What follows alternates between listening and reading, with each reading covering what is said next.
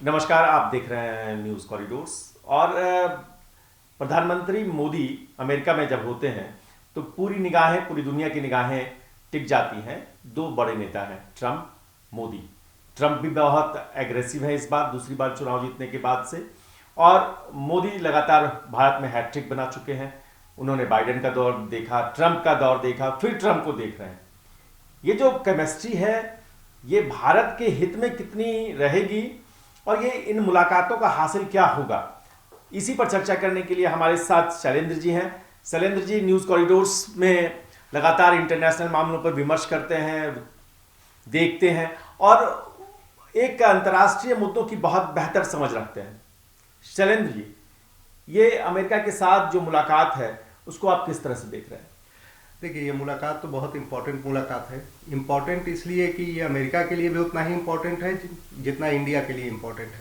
America के लिए इसलिए इम्पोर्टेंट है कि चाइना के साथ तो उसकी राइवलरी चल रही है, तो चाइना को काउंटर करने के लिए उसको बाजार चाहिए। ट्रंप इस समय दुनिया के सबसे पावरफुल व्यक्ति हैं, लेकिन बहुत बड़े बिजनेसमैन भी हैं, तो वो हर चीज़ में अपना बिजनेस ढूंढते हैं, तो उनको मार्केट चाहिए।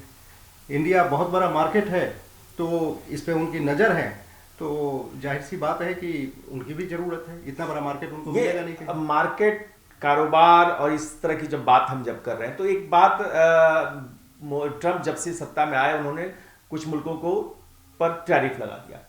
अब इसमें चीन पर भी 10% का टैरिफ लगा दिया। भारत के साथ भी जब मुलाकात होगी तो ये कहा जा रहा है, कुछ एक्सपर्ट्स ये मानते हैं कि टैरिफ एक ऐसा मुद्दा है जिसकी बदौलत वो कुछ हासिल करना चाहेंगे। जी बिल्कुल सही बात है। तो अभी जो हवा उन्होंने बनाई है वो इसीलिए बनाई है कि एक साइकोलॉजिकल प्रेशर डाला जा सके, मुझे ऐसा लग रहा है। लेकिन आप गौर करिए, कनाडा पे उन्होंने टैरिफ लगा दिया, मैक्सिको पे टैरिफ लगा दिया, चाइना पे लगा दिया, इंडिया पे तो नहीं लगाया उन्होंने।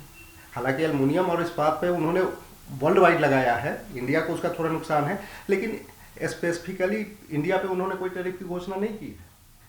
नहीं, अभी नहीं किया है। मैं मतलब यही है कि नहीं घोषणा की है, इसलिए वो एक डीलिंग पॉइंट है। जी बिल्कुल डीलिंग पॉइंट है। अब देखने वाली बात ये होती है कि डील किस लेवल पे होती है। अगर सब कुछ अच्छा अच्छा फील गुड रहा तो फिर टैरिफ की मार वैसी नहीं पड़ेगी या ट्रंप उतना एग्रेशन नहीं दिखाएंगे। लेकिन अगर बात अंदर जो चल रही है वो बात बहुत स्मूथ नहीं हुई तो हो सकता है कि वो टैरिफ का अटैक करें। इसके अलावा एक और मुद्दा जो है कि मस्क के साथ, मस्क को सपोर्ट करना है ट्रंप को। मस्क ने बहुत ज़्यादा उनके चुनाव में खर्च किया है, तो क्या स्टारलिंक, क्या टेस्ला, ये सब भी मुद्दे जब आएंगे बातचीत में, कारोबार में, तो कितना हम मोदी अपना पक्ष रखेंगे और कितना ट्रंप अपना दबाव बना पाएंगे? इसमें मुझे दबाव वाली बात थोड़ी कम लगती है, क्योंकि ट्रंप ने जो अपने इर्द गिर्द जिन इम्पोर्टेंट लोगों को रखा है उसमें बड़ी संख्या ऐसे लोगों की है जो प्रो इंडियन है। एलन मस्क भी उनमें से है। उनका सबसे ज़्यादा कारोबार चाइना के साथ हो रहा है, लेकिन चाइना ईवीज में चाइना भी बहुत आगे बढ़ रहा है। उनको वहाँ लग रहा है कि फ्यूचर में उन्हें परेशानी, चुनौती मिल सकती है उनको, वो भी बाजार तलाश रहे हैं। सेम चीज़ स्टारलिंक का मामला है।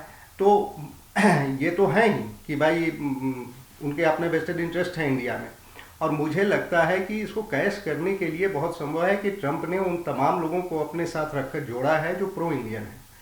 क्योंकि ट्रंप इंडिया को फेवर करते हैं, उनको चाइना को काउंटर करना है, और फिर इंडिया से बेटर उनके पास कोई और देश है नहीं।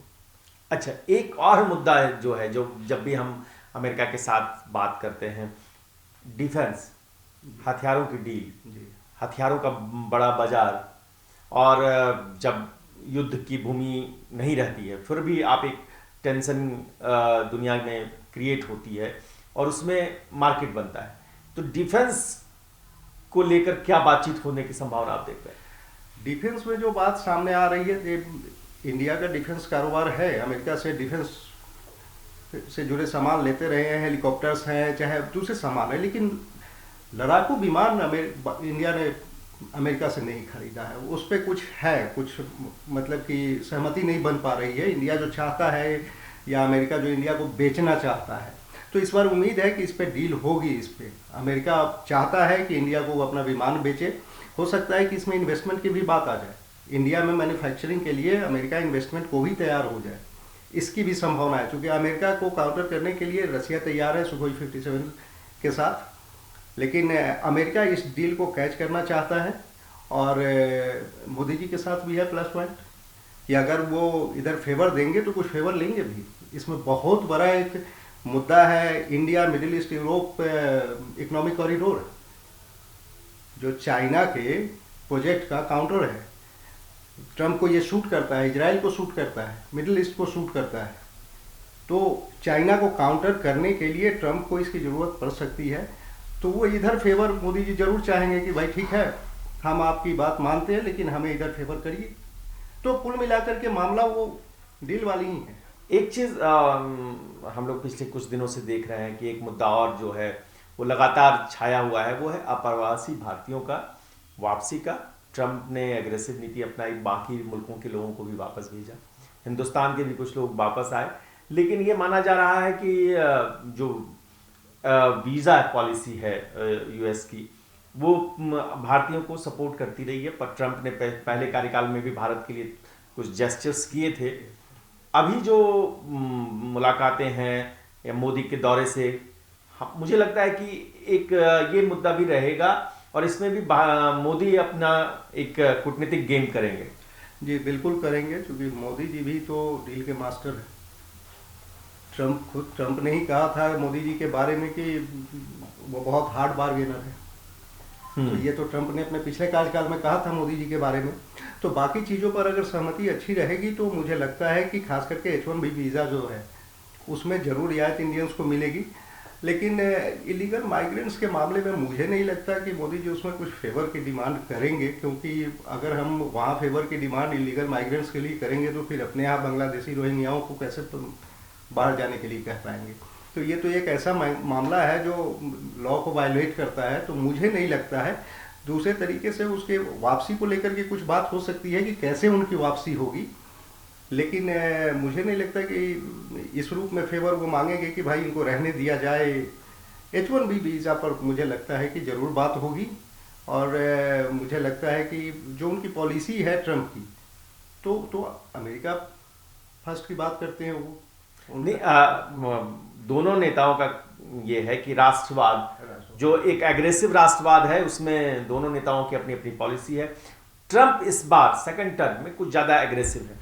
दूसरी तरफ उन दोनों की दोस्ती है, पीएम मोदी ट्रम्प, और उनकी जो तस्वीरें आती हैं वो तस्वीरें भी बहुत ताकत का एहसास कराती हैं।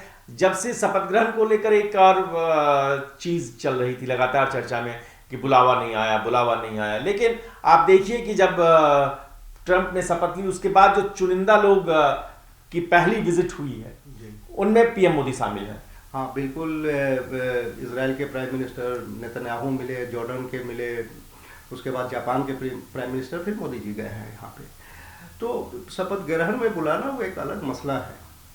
उससे मतलब भारत को तो इनविटेशन मिला, मतलब स्पेसिफिक होकर के उन्होंने नहीं बुलाया, उसकी कई वजह होती है। और नहीं, ये परंपरा भी रही है, पहले भी कोई ऐसा नहीं है कि प्रधानमंत्री जाते रहे हों। हाँ नहीं, लोग इस बार इसलिए एक्सपेक्ट कर रहे थे कि वो ट्रम्प भी माय फ्रेंड मोदी बोलते हैं, मोदी जी भी माय फ्रेंड ट्रम्प बोलते हैं। तो लोगों की उम्मीद इसलिए थोड़ा सी बढ़ गई थी, या फिर कहिए कि मोदी जी के विरोधियों को एक मौका मिल गया कि भाई काहे की दोस्ती जब बुलाया ही नहीं आपको। लेकिन डिप्लोमेसी में ऐसा होता नहीं है, जियो पॉलिटिक्स में ऐसा होता नहीं है कि दोस्ती की वजह से किसी को बुला ले। वहाँ हर चीज़ में अपने हित देखा जाता है उसमें।